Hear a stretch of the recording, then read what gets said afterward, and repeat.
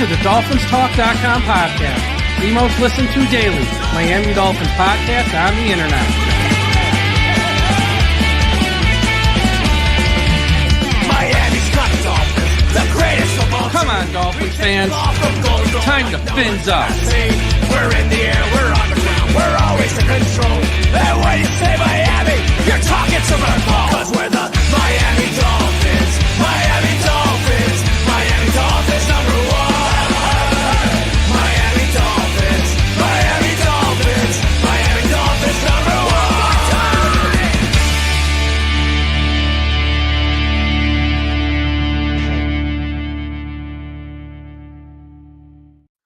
Hello, Miami Dolphins fans. How are you today? And thank you for listening to the DolphinsTalk.com podcast on this Monday evening, March the 10th. It is just before 10 o'clock here on the East Coast, and there have been a flurry of moves with the Miami Dolphins here in the past half hour or so, as well as the Miami Dolphins signing their number 2 quarterback, a backup quarterback, roughly like 6 p.m. Eastern time tonight, a few hours back as I am recording this. So we have a lot to talk about on today's show. I am flying solo tonight, so I'm going to get through all this news and break it down for you.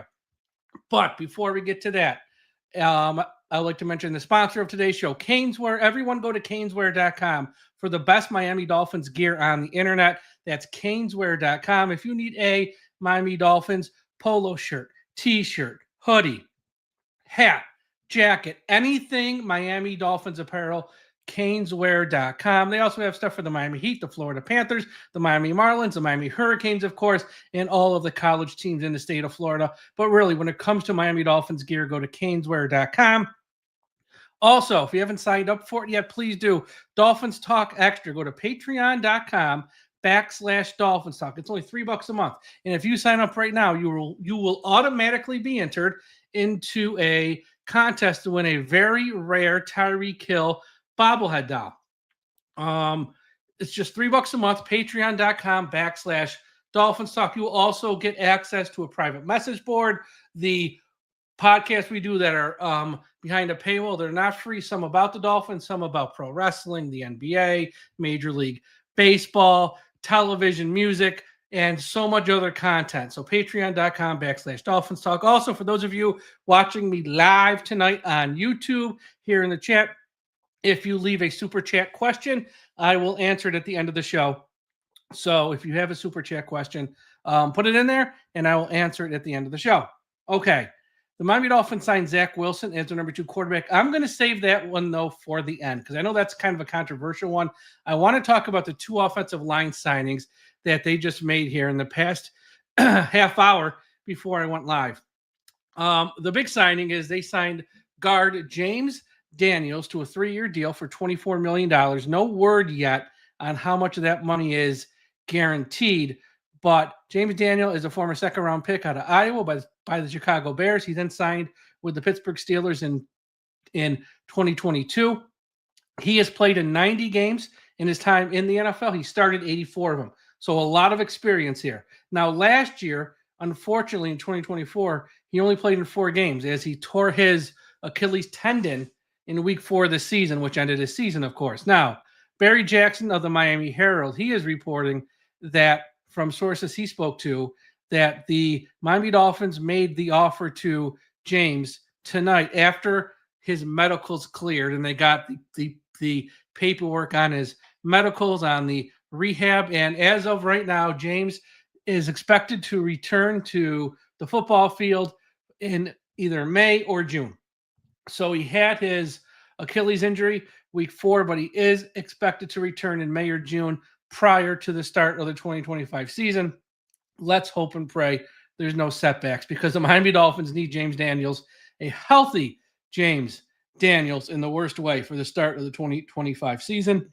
Some stats. I'm not going to look at the stats in 2024 because he only played in 4 games. What's the point? Although I did see our very own Dante Collinelli said his 2 highest rated games at guard were the 2 games prior to his injury. So that's a positive. But I want to look at 2023, where he started 15 games for Pittsburgh. PFF gave him an overall. Now, look, I'm not a big PFF fan, but when it comes to offensive linemen, these will be the numbers I use because it's kind of tough to look at like yards. It's like yards, receptions, touchdowns. It's an offensive lineman. So just going to use them. But again, as I always warn people with PFF, take it with a grain of salt. In 2023, he started 15 games. PFF gave him a 62.1 overall grade, ranking him 39th out of 136 guards.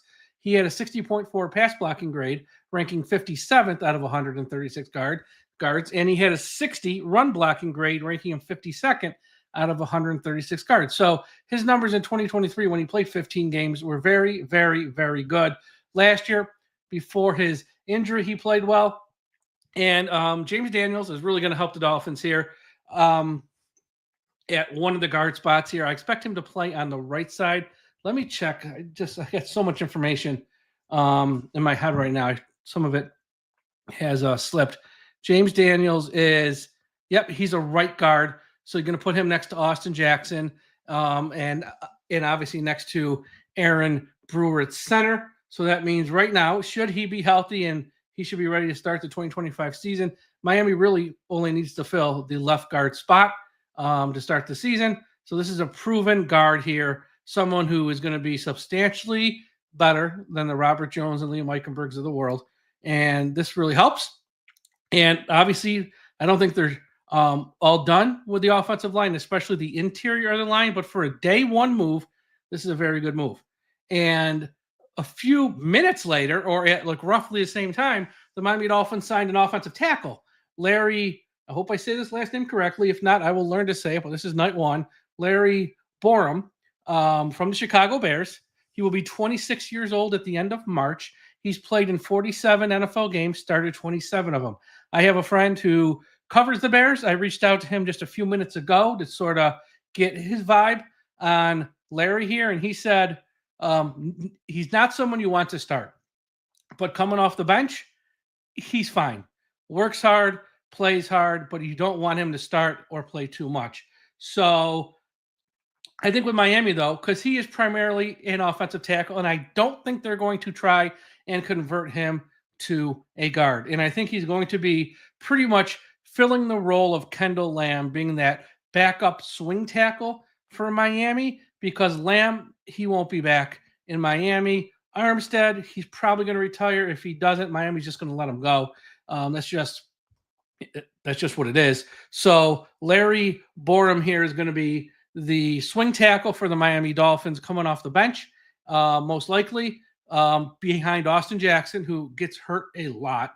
I mean, if there's anyone who gets hurt probably more than our starting quarterback, it's Austin Jackson. So there's that. And also Patrick Paul, who's probably right now penciled in as your starting left tackle. And Larry Borom does have experience playing both on the right and left side, which pretty much clears up. He's going to be the backup swing tackle. Again, the PFF grades here. PFF, now last year, 2024. In 2024, he played in 8 games and started 4 for the Bears. They gave him a 53. PFF gave him a 53.8 overall grade, ranking him 103rd out of 141 offensive tackles. They gave him a 56.2 pass blocking grade, ranking 92nd out of 141 offensive tackles. And they gave him a run blocking grade of 51.7, ranking 113th out of 141 offensive tackles. Pretty much numbers of a backup offensive tackle and someone you only want to play in case of emergency. So, again, 2 fine signings here for Larry Borom. We don't have the numbers yet on that deal. For James Daniels, 3 years, $24 million. We don't know how much of that is guaranteed. But I think what the Dolphins needed to do here coming out of the gate is, number one, with this offensive line, they could not bring guys back. Now, look, they still might re-sign someone like Wynn.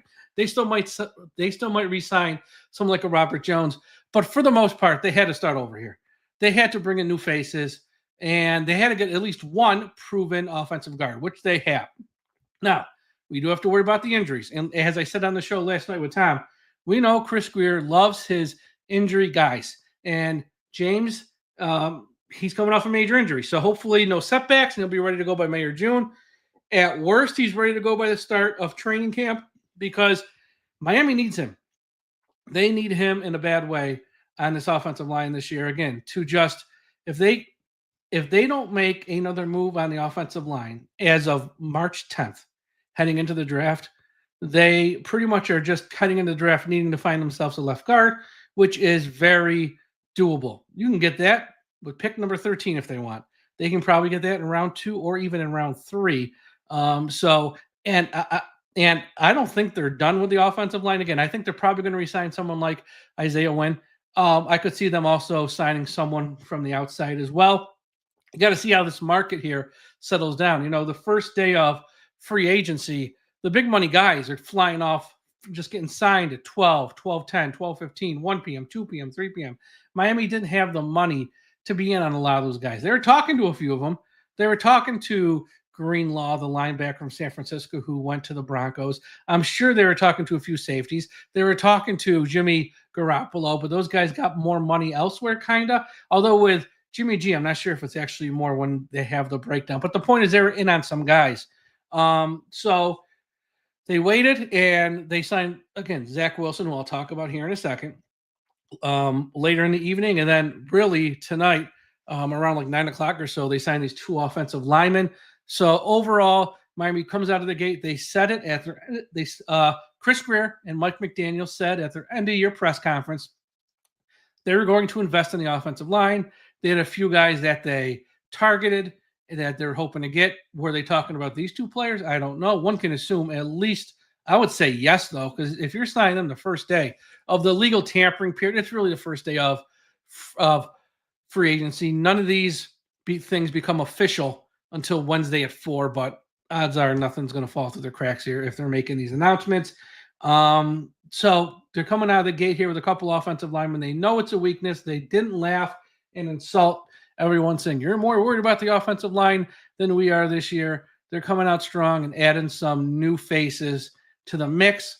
We can hope they pan out, but I don't think they're done either in free agency. They're probably going to wait to see how the market sort of settles. Maybe someone who is expecting more money, it is not going to have that money, so they might be able to, come in late and steal somebody who's still out there. Who knows? But a good start there. All right, before I get into Zach Wilson, a big shout out to everyone watching and listening at finheaven.com. Everyone go to finheaven.com, largest Miami Dolphins message board on the internet.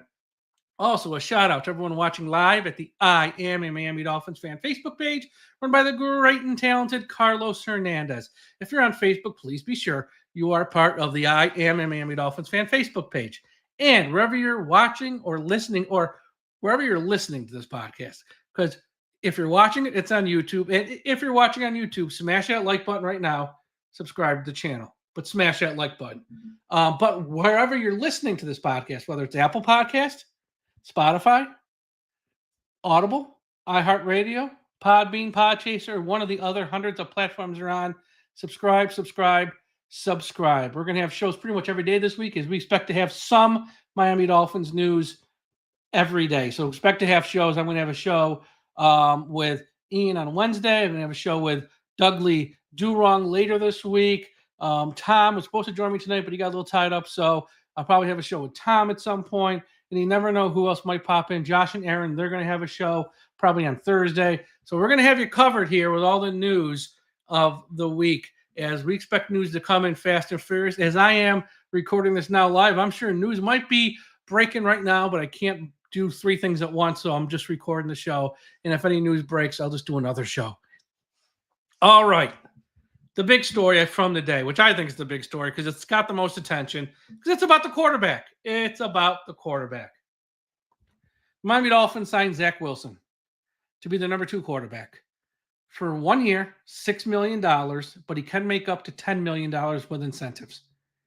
And some Dolphins fans too happy about this. Some Dolphins fans way too mad about this. And I'm going to try to bring some common sense to this conversation.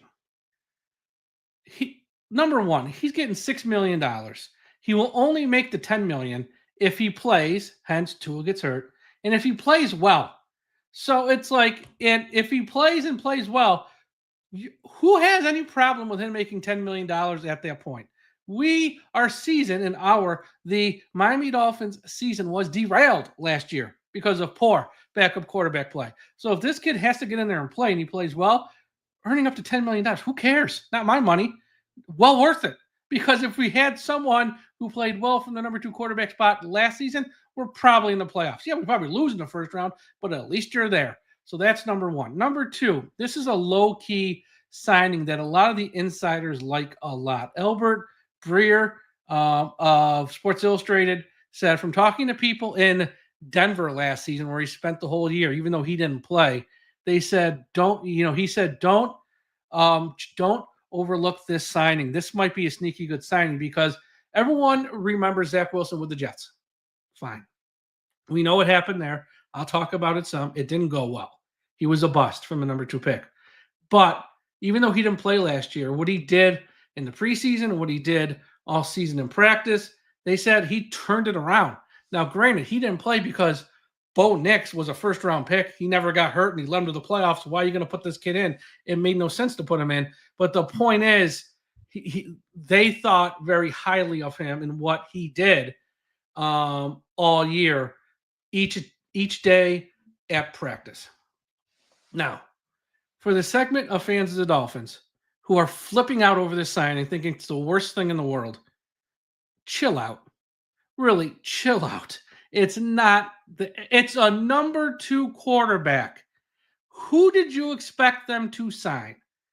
It's like the names that were out there. Is Zach Wilson any worse or better than Jimmy Garoppolo or the trade Cleveland made today for Kenny Pickett or signing Mac Jones, Jameis Winston, Marcus Mariota? These guys are all in the same boat.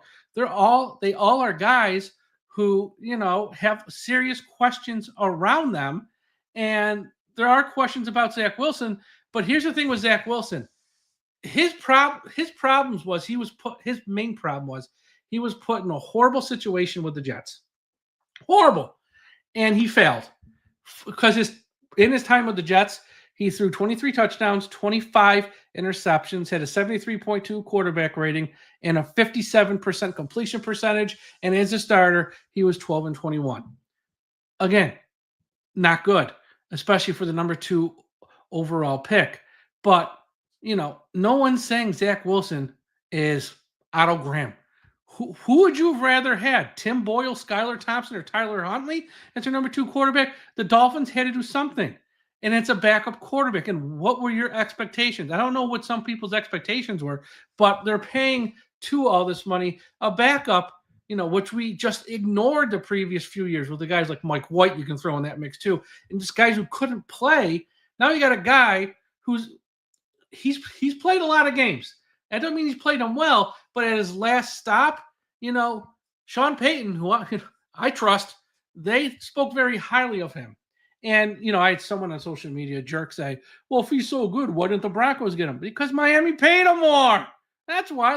Why do any of these guys leave and switch teams? He got more money somewhere else to be a number 2 quarterback. And plus in Miami, he's actually got a shot to play because Tua is always hurt.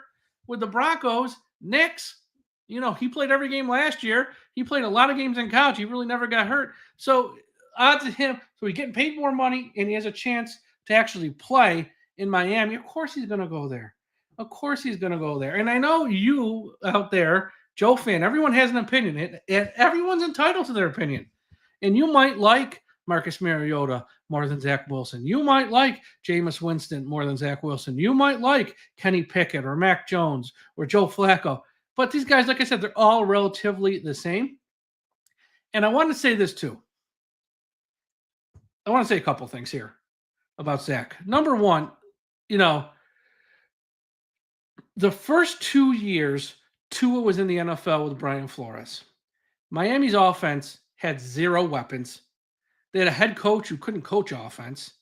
They had no offensive coordinators. They kept going through offensive coordinators like every year. One year they had 4. They wouldn't even tell you which one was calling the plays. It was a disaster. And a lot of Dolphins fans made a ton of excuses for Tua. Tua's got no weapons. Flores can't coach offense. We got crappy offensive coordinator. Don't blame Tua. Give Tua a break. It's not Tua's fault. Never blame Tua. And a lot of excuses. Zach Wilson had those same excuses with the Jets. And I say fans of Dolphins should give him the same grace you gave Tua. Let's see what the kid can do with weapons and an offensive-minded coaching staff. Look, he still might suck. I don't know. Maybe Zach Wilson's just bad at football. I don't know. But he also might turn it around, kind of like Tua did once Mike McDaniel got here, and he had, Tyreek Hill, Jonnu Smith, Achane, most, and he had some guys who could play put around him. So give Zach Wilson a chance. And again, if he has to, first off, in a perfect world, he never sees the field, because in a perfect world, Tua stays healthy. But we know that might not be possible, because he just has a knack of getting hurt one way or another. So if Zach has to play, let's see. Let's see if he can turn around his career. Because essentially, to me, this is what, Zach Wilson's on the path of Sam Darnold. Flamed out with the Jets. Then he bounced around with the Panthers in San Francisco, but never really played much. And then the Minnesota Vikings were like, they could have said, they could have done what a lot of fans of the Miami Dolphins are saying right now. Oh, Sam Darnold sucks. Why are we signing him? Sam Darnold stinks. What? And then guess what? He leads him like a 14-3 season or whatever the record was. And it's like a scratch-off lottery ticket. You're hoping to get a guy who's got a lot of talent, who was picked at the top of the draft and just got dealt a shitty hand, essentially. And you're hoping that now he's got an offensive-minded head coach like Sam Darnold did with the Vikings. He's got weapons kind of like Justin Jefferson and Jordan Addison and like Hill and Waddle. And if he has to play, again, if J.J. McCarthy doesn't go down, Sam Darnold never plays last year. If Tua happens to go down at some point and Zach Wilson has to play, you hope maybe this staff, these weapons, can boost him up, okay? And maybe he's not the awful Zach Wilson we saw with the Jets, and he's a little bit more than that, and he has a renaissance in his career. Again, don't know if that's going to happen, but that's what the Dolphins are paying $6 million on, hoping it's that. And again, if you hope they signed Minshew, Winston, okay, you can have your preference, but Zach Wilson really any worse than those guys? Really? Really? He's not. He's not. The other thing this is going to do as well, and I know some fans of Dolphins aren't going to like this, but look, I'm not here to make friends. I'm here to tell you the truth at the end of the day. Tua in the past, since he's been in Miami, has really never had a credible number 2 quarterback. Skylar Thompson, Mike White, Tim Boyle, Tyler Huntley. So every time he went down and missed games, as soon as he was healthy, he was pushed back on the field. Or there was never anyone there who was a threat to push him to even take his job. And I'm not saying that, so please don't take this out of context. Please don't take this out of context. I'm just saying Zach Wilson's there to try and save his career. He's going to go out there and ball out. And this might push Tua a little, because Zach Wilson has a big arm. There's a reason he was picked second in the draft, and teams wanted him in that draft really, really high. Because if you watch his tape from college, if you watch his pro day, he has physical skills that other quarterbacks don't have. Now, look, if you don't have it in between the ears, none of that matters. I get it. But he has physical skills to where if a coach can fix him, can repair him, if he can figure it out, if he can get the light bulb to go on and it starts to click, he's a guy who's just, he can play. He can play. So, again, I don't know if Zach Wilson's will be any good or not, but I don't hate this signing. I know there's so many Dolphins fans. I didn't even see it in the chat. If he's so good, why the Broncos let him go? I just literally spoke about it 3 seconds ago. Miami offered him more money, and he has a better chance to play in Miami than he does in Denver. Were you not listening? It's a backup quarterback. Would you rather have Joe Flacco at the age of 40 who can't move? I mean, it's a backup quarterback. You weren't getting a second starter. They only have $25 million to spend, okay? And they had to spend 6 of it on Zach Wilson. They weren't going to go out there and sign another $20 million quarterback like Justin Fields to sit in the bench. And plus, he never was going to come here. So guys, you got to chill out about Zach Wilson. It's a backup quarterback. Go outside and touch some grass, man. It's not that bad of a signing for him to be our number 2 quarterback. And if he stinks, it's a 1-year deal and you find someone else next year. And still, signing Zach Wilson doesn't mean they still might not take a quarterback in this draft, round 4, round 5, round 6. I don't think they'll take one in the first 3 rounds, but they do have 10 picks. And once they get to round 4, if someone falls that they like, they could absolutely take a quarterback round 4 on. So that's that. We'll we'll see what happens here the rest of the week. But I think this is a pretty good first day for Miami. They sort of get someone to plug in at their number 2 quarterback spot who is fine. And they get a starting right guard and James Daniels, and they get a swing tackle here right out of the gate.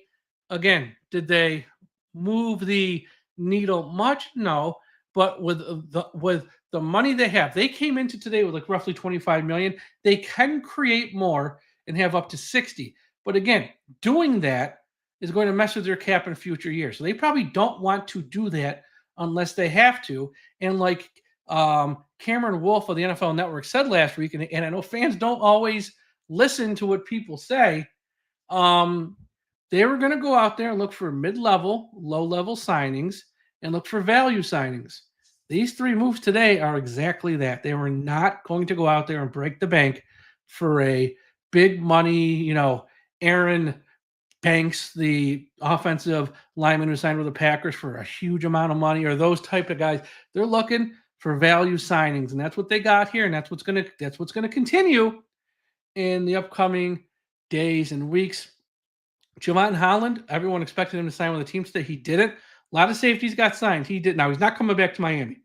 I've been told that's just not happening. So if you're thinking that might happen, it won't. But Holland's still out there, and I would think the next few moves we see from Miami probably going to be safety, linebacker, corner. I just think those needs are huge. I know they've been in on a few guys. I would not be shocked if they announce a re-signing of Tyrell Dotson in the next few days, if not even sooner. I think that moves like low-hanging fruit will probably happen. So there's that one. At safety, I have no idea what they're going to do.